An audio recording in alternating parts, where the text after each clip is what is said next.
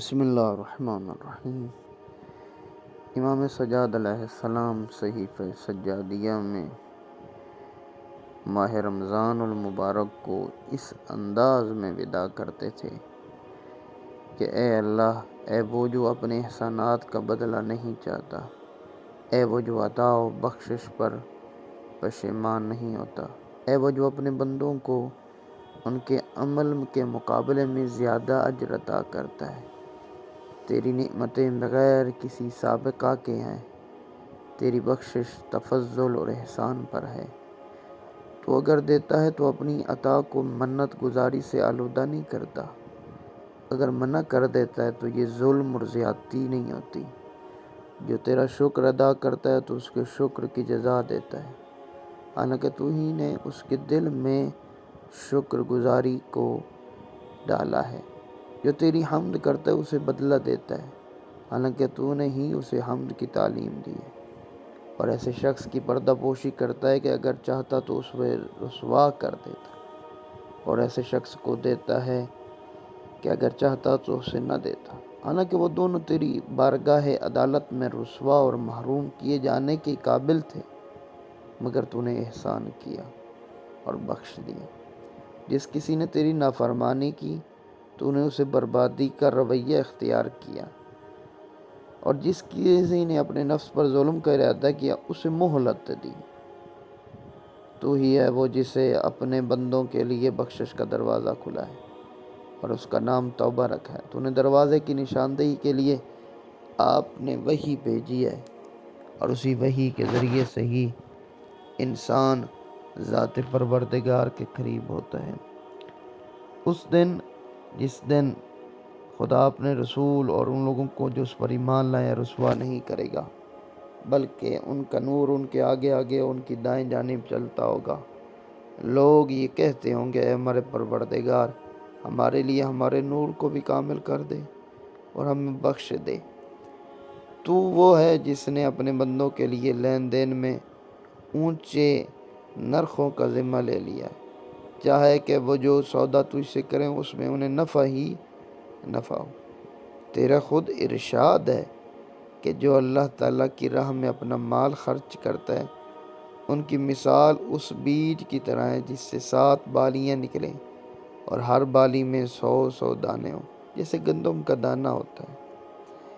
پھر فرمایا کہ کون ہے جو اللہ کو قرض حسنہ دے تاکہ خدا اس کے مال کو کئی گنا بڑھا دے۔ تو ہی وہ ہے جس نے وحی اور غیب کے کلام اور ایسے کلام کے ذریعے جو ان کے فائدے پر تھا اپنے محبوب محمد مصطفیٰ صلی اللہ علیہ وآلہ وسلم پر بھیجے۔ اور تو خود ہی ارشاد کرتا ہے کہ جو میرا شکریہ ادا کرتے رہو، ناشکری نہ کرو، تو اگر تم میرا شکر ادا کرو گے تو میں یقیناً زیادہ دوں گا، اگر ناشکری کرو گے تو یاد رکھو کہ میرا عذاب بڑا سخت ہے۔ پھر فرمایا تیرا ارشاد ہے کہ مجھ سے مانگو تو میں قبول کروں گا۔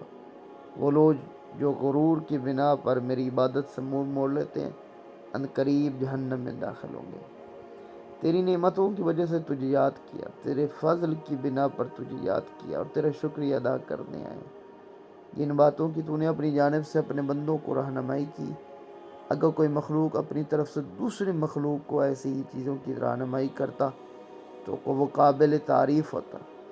تو خود حمد و ستائش کا مالک ہے۔ اے وہ جو اپنے فضل و احسان سے بندوں کی حمد کا سزاوار ہے، تو نے اس دین کے جیسی منتخب کیا اور ہمیں ہدایت دی، ہمیں قرب حاصل کرنے کا طریقہ بتایا۔ بہرحال یہ منتخب فرائض مخصوص واجبات میں سے ایک ماہ مبارک رمضان تھا۔ تو نے روزے واجب کیے، نمازوں کی ترغیب دی، شب قدر دی جو خود 1000 مہینوں سے بہتر ہے۔ پھر اس مہینے کی وجہ سے تو نے ہمیں تمام امتوں پر فضیلت دی، تیرے حکم سے اس کے دنوں میں روزے رکھے، تیری مدد سے اس کی راتوں میں عبادت کی۔ پھر اس مہینے نے ہمارے درمیان قابل ستائش دن گزارے، اچھی رفاقت تھی، محبت تھی، لیکن دن گزرتا گیا، زمانہ ختم ہوتے گیا، مدت ختم ہوگی۔ اب ہم سے یہ رخصت کرتے ہیں اس شخص کی طرح کہ جس کی جدائی ہم پر بڑی سخت ہے۔ ہمارے دل خود ہم بہت پریشان ہیں، اس لیے ہم کہتے ہیں اللہ کے بزرگ ترین مہینے تجھ پر سلام ہو، تو دوستان خدا کی عید ہے۔ اب امام اسے سلام کر رہے ہیں، تجھ پر سلام ہو کہ وہ جس میں امیدیں بر آتی ہیں، اعمال بڑھ جاتے ہیں، تو ہمارا اچھا ہم نشین تھا، بڑی عزت و قدر والا تھا، نہ ہونے پر بڑا دکھ ہوتا ہے۔ اے وہ کہ جس کی امید اور جس کی جدائی انسان کو دونوں ہی رلاتی ہیں، تجھ پر سلام ہو، تو بڑا اچھا دوست تھا، لیکن تو جا رہا ہے ہمیں رو کر رلا کر جا رہا ہے۔ شیطان کے مقابلے میں ہماری مدد کرتا تھا، اے وہ ساتھی جس نے حسن عمل کی راہیں ہموار کی۔ ماہ مبارک رمضان، تجھ میں اللہ کے آزاد کیے بندے کس قدر زیادہ ہیں، جنہیں تیری رحمت حرمت کا پاس رکھا، اور خوش نصیب ہے وہ بندے، کس قدر گناہوں کو محو کرنے والا تھا۔ سلام اے ماہ مبارک رمضان، کہ تو ہی وہ ماہ ہے کہ جس میں شب قدر ہے جو 1000 مہینوں سے بہتر ہے۔